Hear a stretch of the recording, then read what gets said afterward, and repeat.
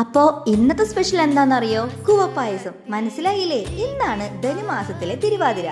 അതിരാവിലെ തന്നെ കുളിച്ച് കൂവപ്പൊടി ഇട്ട വെള്ളം തുളസിപ്പൂ ചേർത്ത് വെച്ച് കുടിച്ചുകൊണ്ടാണ് ഈ തിരുവാതിര വ്രതം തുടങ്ങേണ്ടത്. ഈ കൂവപ്പായസവും പുഴുക്കും പപ്പടവും പഴവും ഒക്കെയാണ് അന്ന് തിരുവാതിര വ്രതം എടുക്കുന്നവർക്ക് രാവിലത്തെ ഭക്ഷണമായിട്ട് കൊടുക്കുന്നത്. ഉച്ചയ്ക്കാണെങ്കിലോ നല്ല ചൂടുള്ള ഗോതമ്പ് കഞ്ഞിയോ കഴിക്കാം. രാത്രിയിൽ നമുക്കത് തുടരാട്ടോ. ചുരുക്കം പറഞ്ഞാല് അന്നത്തെ ദിവസം അരി ഭക്ഷണം കഴിക്കാനേ പാടില്ല. ഇനി എങ്ങനെ കൂവപ്പായസം ഉണ്ടാക്കുക? ഇത് കുറച്ച് അധ്വാനം കൂടിയൊരു പണിയാണേ.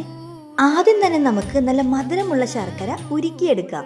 ഇനിയൊരു പാത്രത്തിലേക്ക് ആവശ്യത്തിനുള്ള കൂവപ്പൊടി അളന്നെടുത്ത് അതിലേക്ക് നേരത്തെ ഉണ്ടാക്കി വെച്ചിട്ടുള്ള ശർക്കര പാനീയം ചേർത്ത് ആവശ്യത്തിന് വെള്ളവും ഒഴിച്ച് പിന്നെ കുറച്ച് നാളികേരവും ചേർത്ത് നന്നായി ഇളക്കി യോജിപ്പിച്ച് അടുപ്പത്ത് വേവിക്കാനായിട്ട് വെക്കാം. ഈ കൂവപ്പൊടി വേവുന്നതിനനുസരിച്ചിട്ട് തന്നെ നമ്മുടെ കയ്യിന് നല്ല അധ്വാനവും കൂടൂട്ടോ.